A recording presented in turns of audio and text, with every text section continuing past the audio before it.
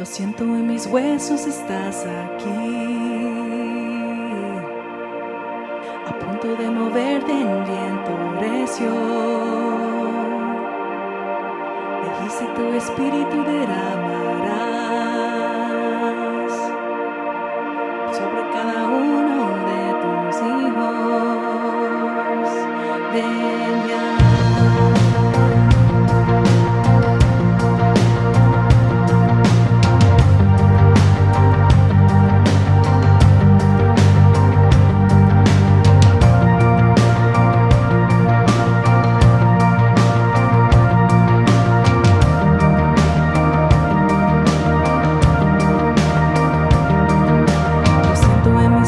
Estás aquí, a punto de moverte en viento recio. Dijiste tu espíritu derramarás sobre cada uno de tus hijos.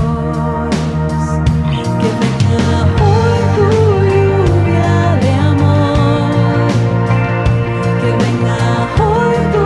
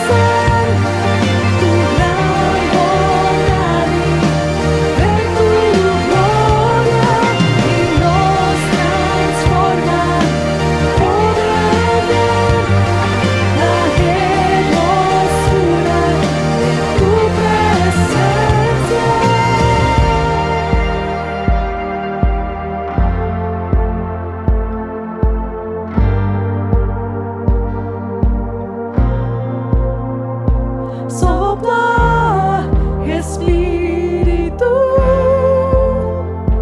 muévete, estamos listos. Sopla, Espíritu, ven y haz lo que solo puedes tú. Sopla, Espíritu,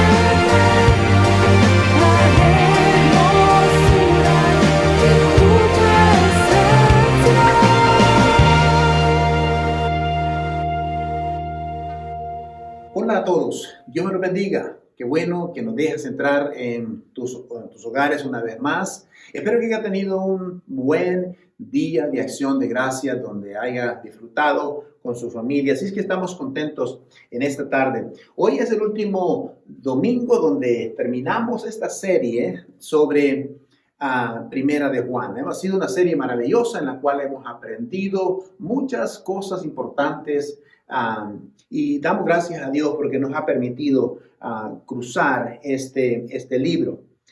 Esta tarde tenemos el tema de esta tarde se llama No olvides. Luego en diciembre, por ejemplo, este es el tema de ahora, el no olvides, ¿verdad? Juan está casi como dicen poniendo un concepto final a todo lo que ya antes ha enseñado.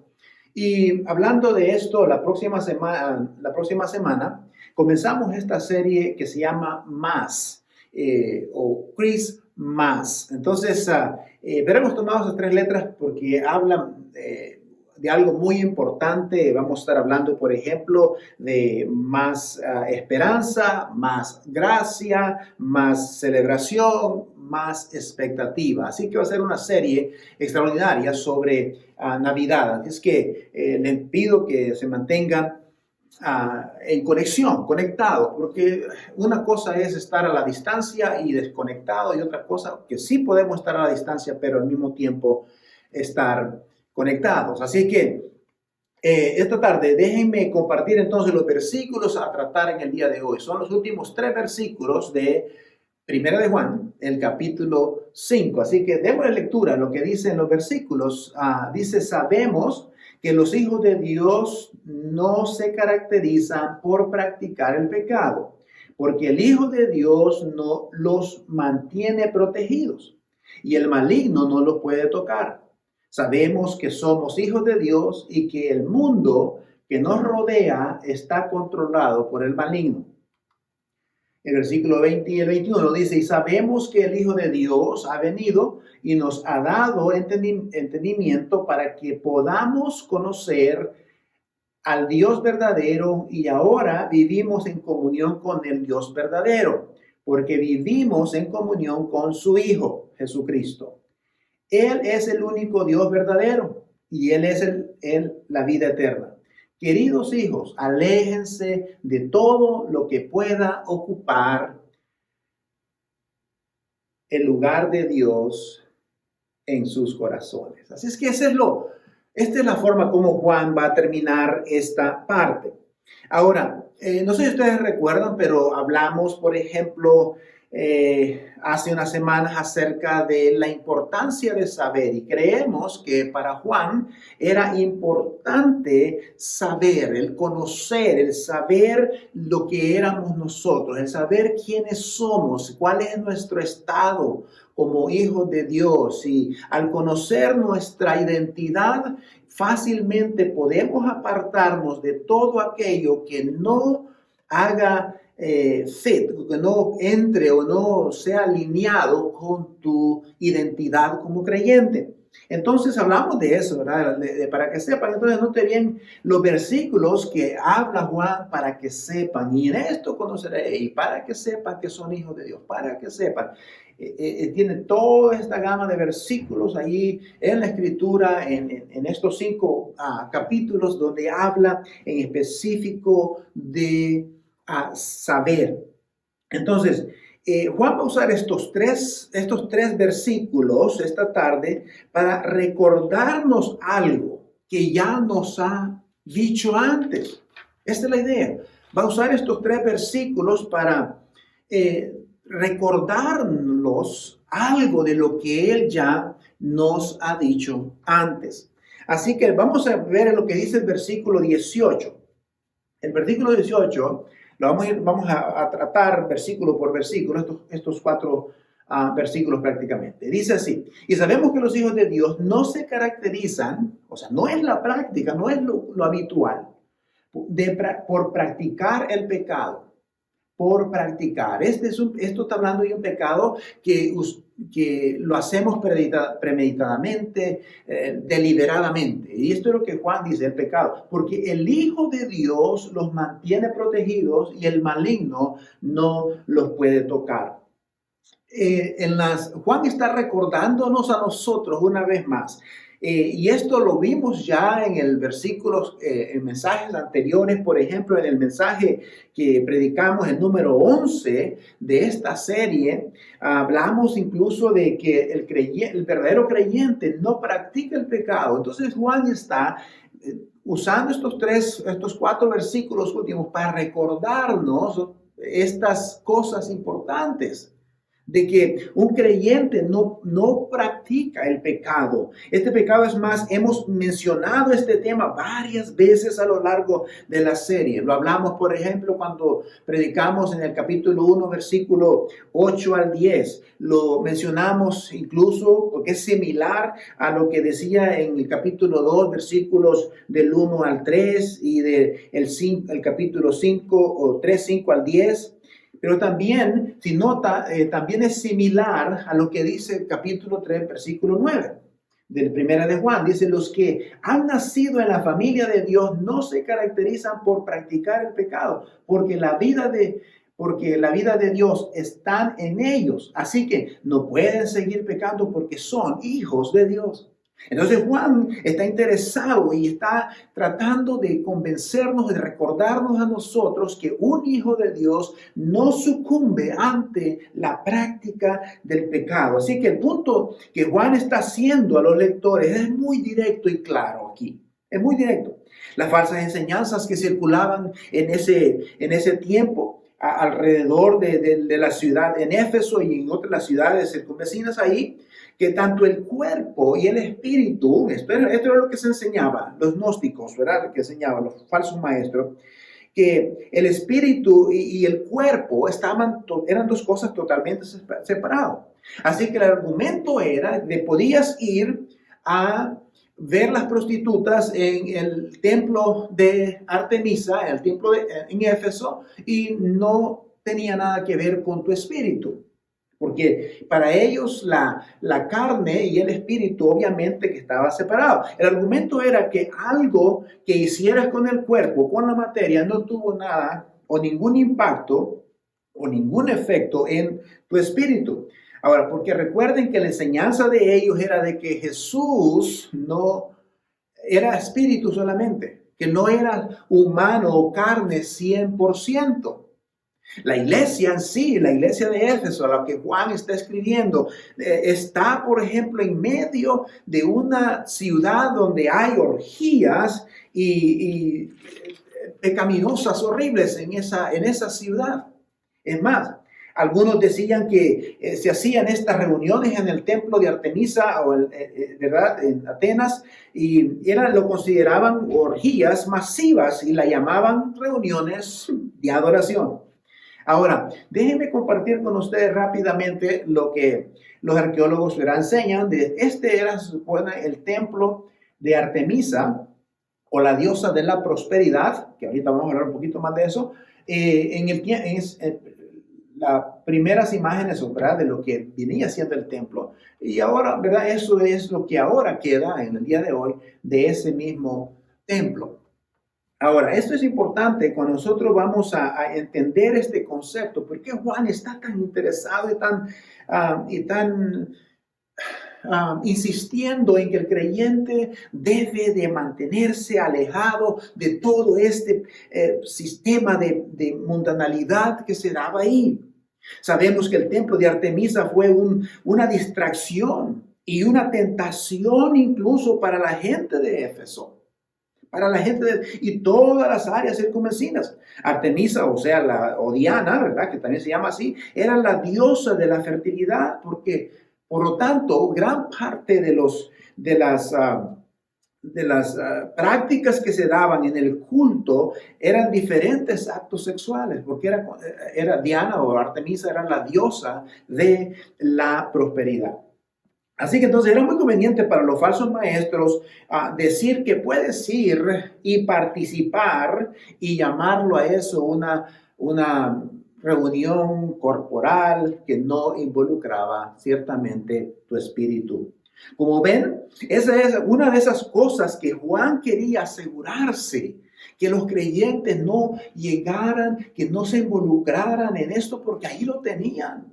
Era un lugar de tentación, era un lugar visible donde era atractivo. Recuerden que el pecado siempre va a ser atractivo. Si el pecado no fuera bueno realmente, ¿verdad?, o satisfactorio, pues nadie lo haría.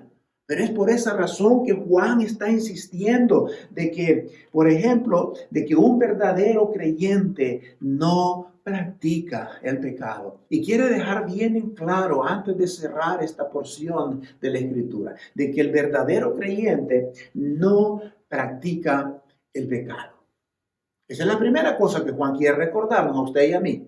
Vamos al versículo 19 entonces.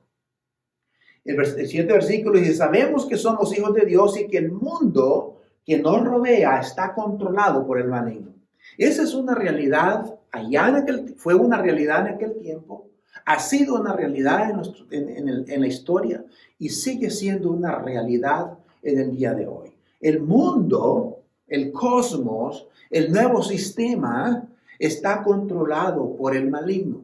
Dios está sobre todo, obviamente, pero tiene control de muchas de estas cosas. Nuevamente, Juan quiere dejar en claro que solo hay dos lados para cualquier persona que leyera esta carta. Hay dos lados solamente, ¿ok? Hay dos lados, ya sea que estás a favor de Dios o estás en contra de Dios. Estás a favor del mundo o en contra de Dios. Entonces, estas son cosas que Juan quiere establecer en los creyentes y ayudarlos a entender de que ya sea que estás a favor o en contra de Dios, no hay un término medio. Además, él deja este mismo punto muy claro, incluso anteriormente en el versículo 15 del 1 de Juan, capítulo 2. Y dice: no amen a este mundo ni las cosas que ofrece, porque cuando aman al mundo no tienen el amor de Dios. Entonces Juan dice: estas son las distinciones. Tú eres hijo de Dios o no eres hijo de Dios. Si eres hijo de Dios, amas a Dios. Si eres hijo del diablo, amas el mundo. Son dos cosas totalmente blanco y negro. No hay un término medio. Entonces, esto es lo que Juan decía aún en el capítulo 2, que estás a favor de Dios o estás en contra de Dios. El mundo en que vivimos, por ejemplo, nos encanta estar, por ejemplo, a los seres humanos en dos cosas, ¿verdad? Queremos una casa en el campo, pero queremos también llegar a la tienda rápidamente. Queremos ir de vacaciones a la montaña, pero también quisiéramos estar de vacaciones en la playa. Entonces, nosotros mismos queremos estar en dos lugares. A veces queremos vivir con un pie en el mundo y con un pie en la iglesia. Queremos vivir con Dios, pero también querer vivir con el mundo. Juan dice: hey, no es posible. Esto no es posible para un verdadero creyente. El verdadero creyente está a favor de Dios y en contra del mundo. Quieren la vida eterna, pero no quieren someterse a Jesús. Quizás esto sea algo sencillo y no tiene mayores consecuencias, pero pasa con todos nosotros. Queremos seguir a Dios, pero queremos seguir nuestras propias vidas. ¿Ok? Queremos seguir nuestras propias vidas. Entonces, por ejemplo, ponemos en esas famosas calcomanías que ponemos en los bumpers de los carros, ¿no? En la defensa de los carros, que dice: Dios es mi copiloto. En realidad debería ser Él nuestro piloto y tú y yo el copiloto, pero ponemos este tipo de cosas ahí. Hoy hay de aquellos que no quieren caer, por ejemplo, en el pecado, pero se niegan a dejar aquellas cosas que le causan tentación. Siguen saliendo con el mismo grupo de personas, a los mismos lugares que les hace caer en tentación, pero quieren no caer en pecado, pero siguen yendo. Entonces, queremos estar en dos lugares a la vez. Seguimos saliendo con el mismo grupo de personas que nos llevan al pecado. Entonces, volviendo al texto, Juan está siendo bien personal con todos aquellos que están jugando realmente al cristianismo. Los que quieren un Salvador, pero no quieren a un Señor. Eso es muy común el día de hoy. Queremos un Salvador que nos salve del infierno y de todo lo malo, pero no queremos un Señor en nuestra vida. Y hay que decirlo, que Dios es Salvador y es Señor. Entonces, ¿qué quiere decir la palabra Señor? Es que tú te sometes a su señorío. Lo recibes como Salvador, pero te sometes a Él como su señorío. Juan sabía que muchos en Éfeso vivían de esta manera. Querían vivir una vida cristiana, pero quizás algunos de ellos estaban visitando al templo de Diana, ¿verdad? O Artemisa.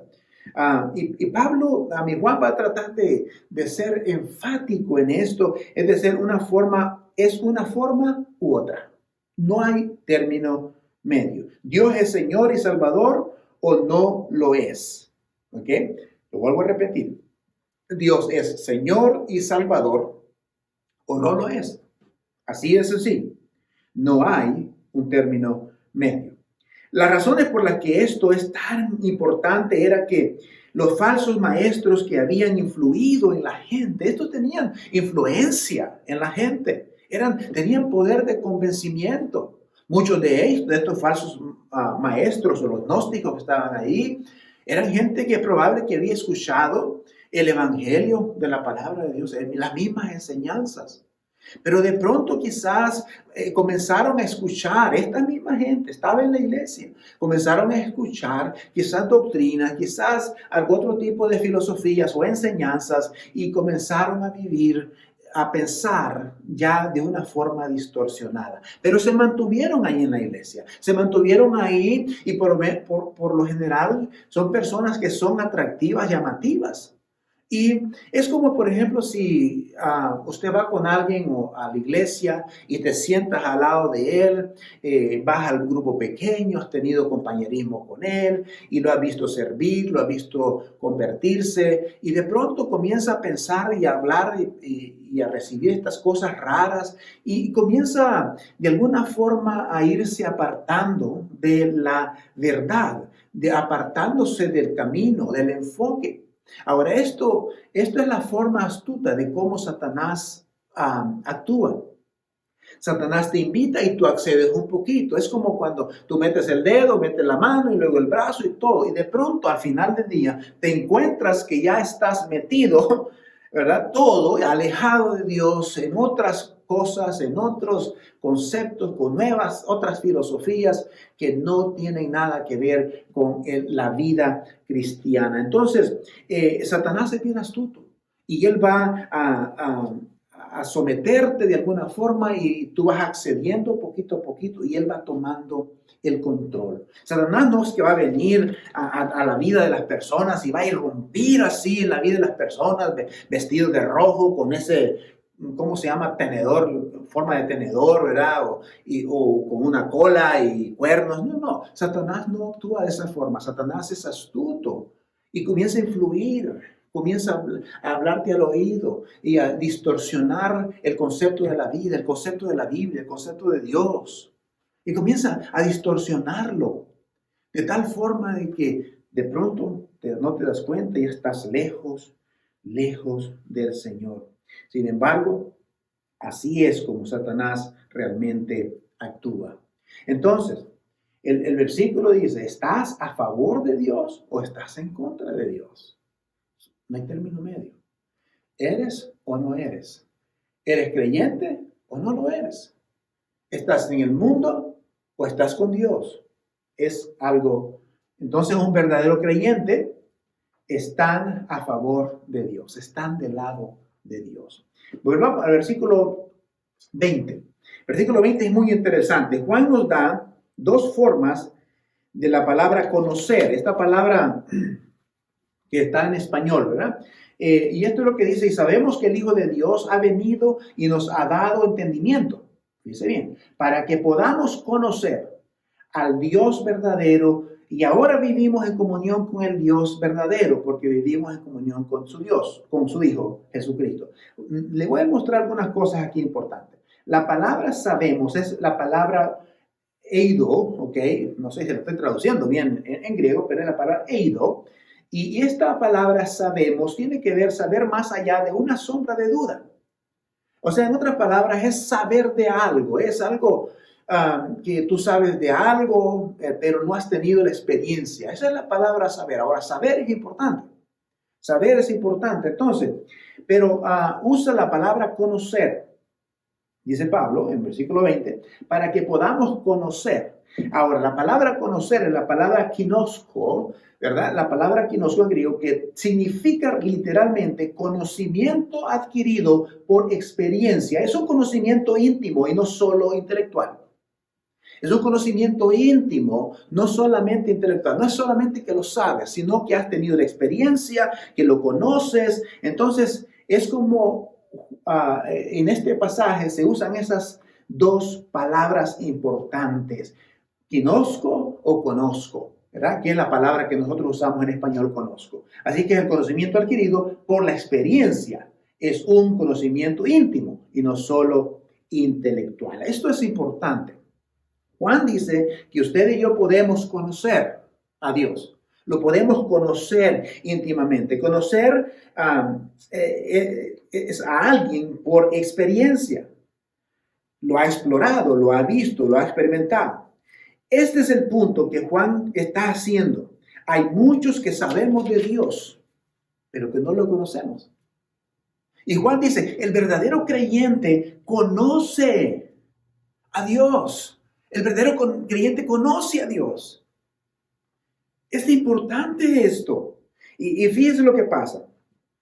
Juan está señalando aquí que llegamos a conocer a Jesús en una relación real. Llegamos a saber y conocer y experimentar. Porque muchas personas saben que Dios existe e incluso saben qué significa Jesús. Saben que fue un hombre histórico. Saben que murió en la cruz. Saben eso, pero no le conocen personalmente. Eso es la diferencia. El religioso sabe de Dios en realidad, pero el creyente de Dios conoce a él. Esto es lo que hay un escritor, autor y escritor, que se llama David Jackman, y esto es lo que él dice en cuanto a eso. Es interesante. Dice él, en cuanto a saber y conocer de la palabra, de Dios. Dice, comprender la verdad cristiana no es cuestión de dominar las fórmulas doctrinales, de teología y conocer todo aquello, ¿verdad?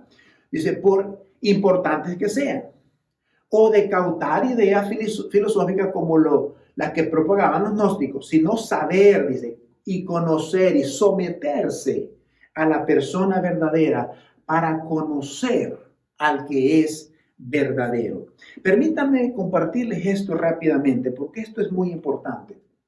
Es muy valioso conocer los versículos, las historias y los hechos de la Biblia, pero es más valioso conocer al autor de la Biblia en una relación real, en una relación personal. Usted que es importante saber y conocer los versículos y las historias, pero nada es igual como conocer al autor de la palabra. Así es que una persona incluso, miren lo que le voy a decir, escúcheme bien por favor por un momentito. Una persona puede estudiar este libro desde el punto de vista académico solamente, porque este libro es rico en académicamente hablando.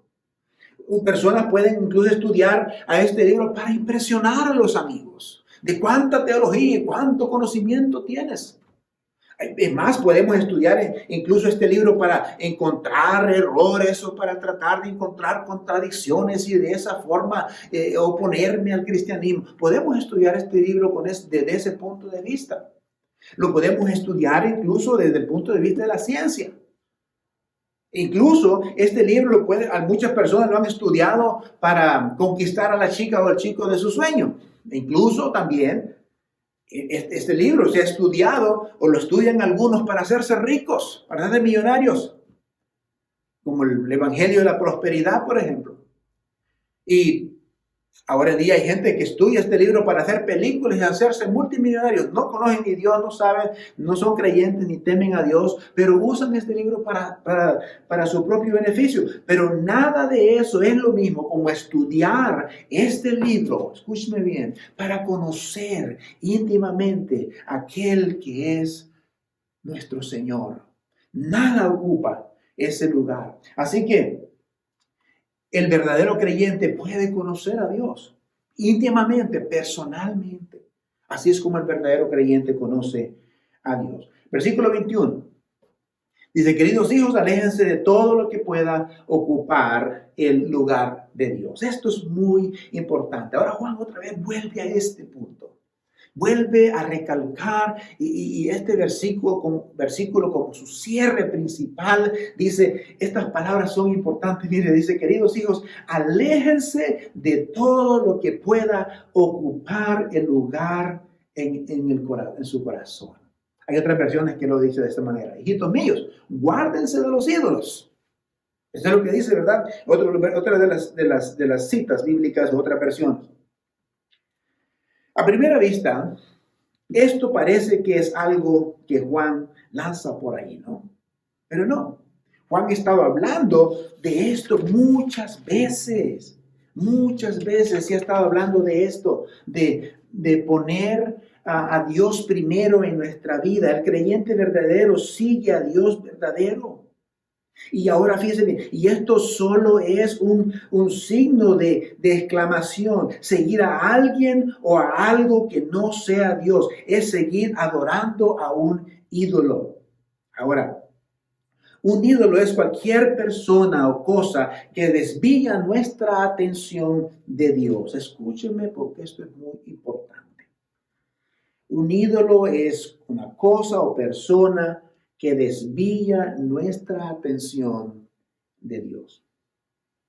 O como dice Juan, que ocupa luego de Dios nuestro corazón. Eso podría ser un montón de cosas. Lo que ocupa a Dios en nuestro corazón, lo que ocupa aparte de Dios, podría ser un montón de cosas, ¿verdad? Y usted lo sabe. Entonces, y ahorita vamos a hablar de algunas de estas cosas, pero note lo siguiente.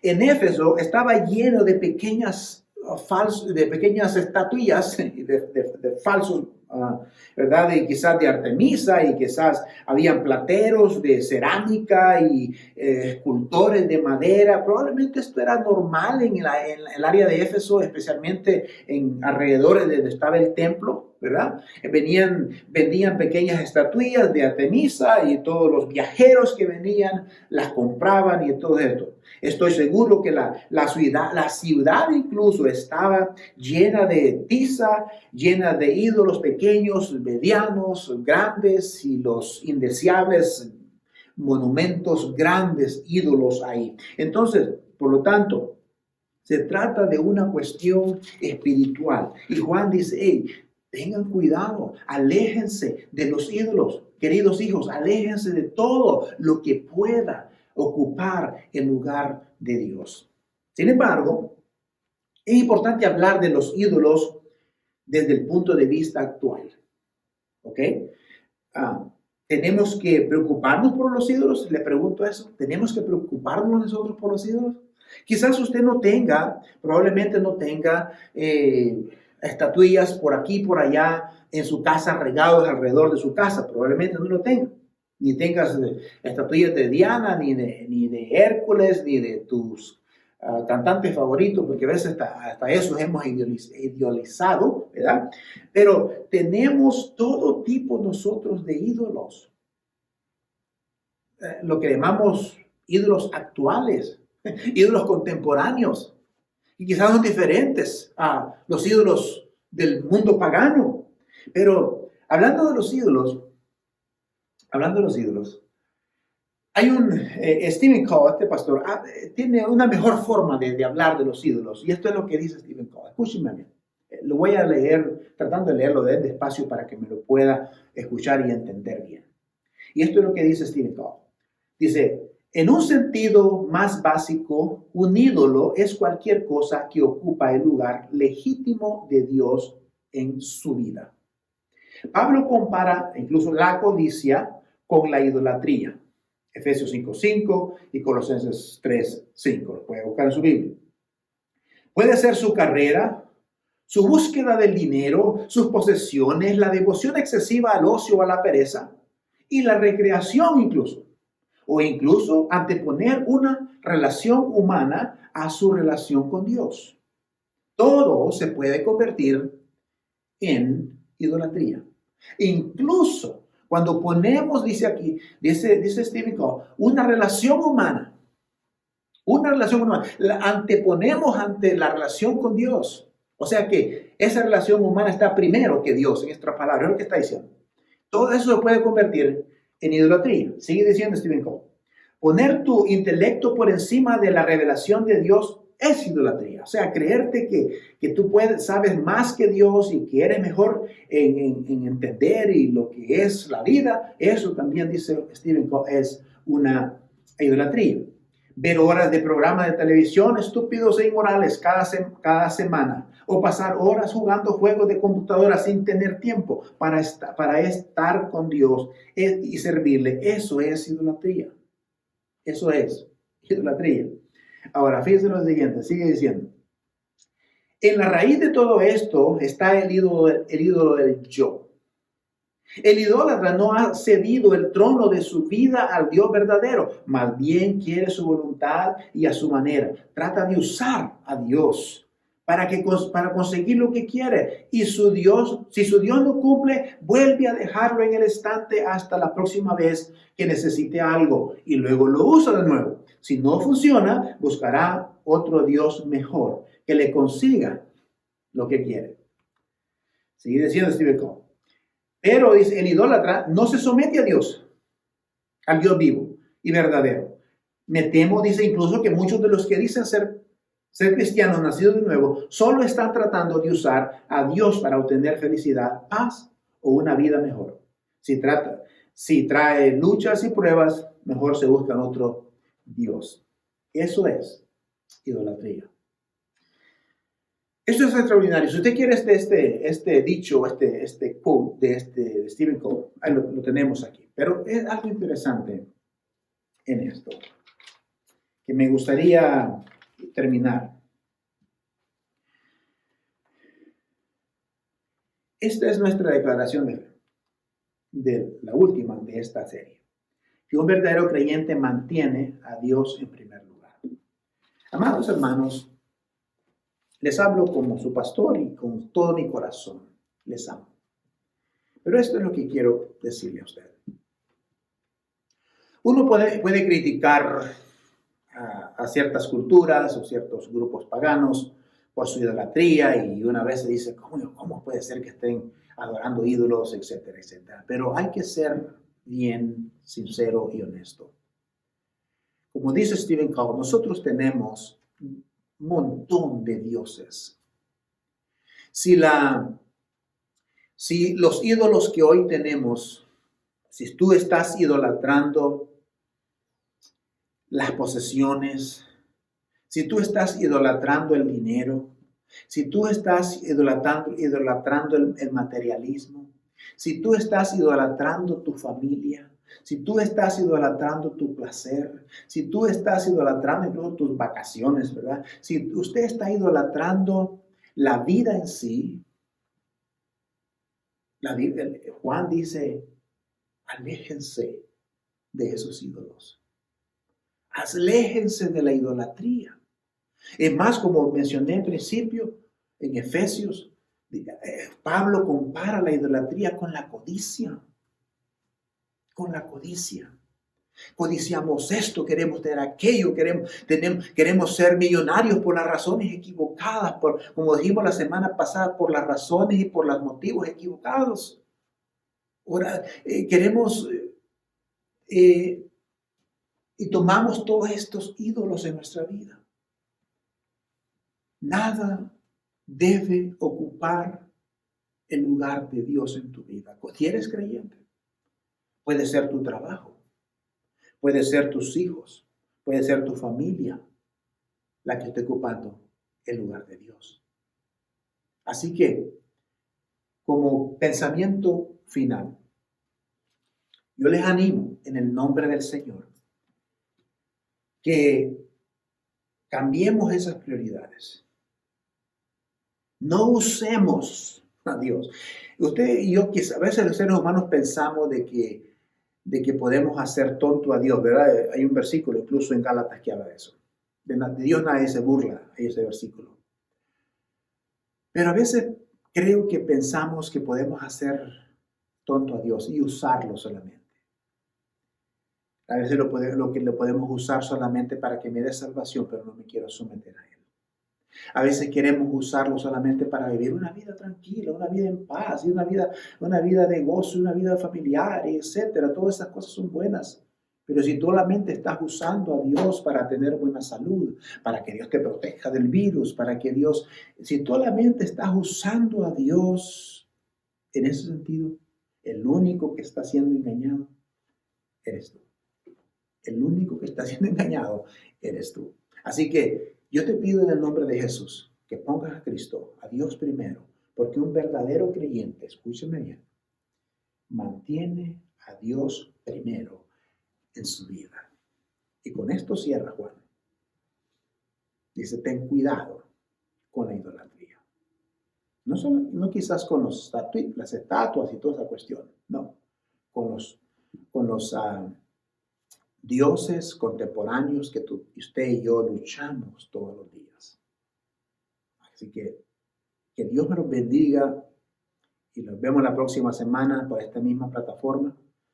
Vamos a orar. Padre, en el nombre de Jesús. Señor, gracias por este recordatorio que nos hace Juan en esta palabra. Gracias porque nos recuerda de que un verdadero creyente no debe practicar el pecado. Señor, nos recuerda también que un verdadero creyente, Señor, podemos conocer a Dios, al Dios verdadero, no solamente de una forma intelectual. Señor, gracias porque Juan nos recuerda que debemos ponerte a ti primero, Señor, en nuestro corazón. Así que ayúdanos, Señor, a hacer esos ajustes en nuestra vida y a vivir la vida cristiana de la forma que tú quieres que la vivamos. En el nombre de Jesús.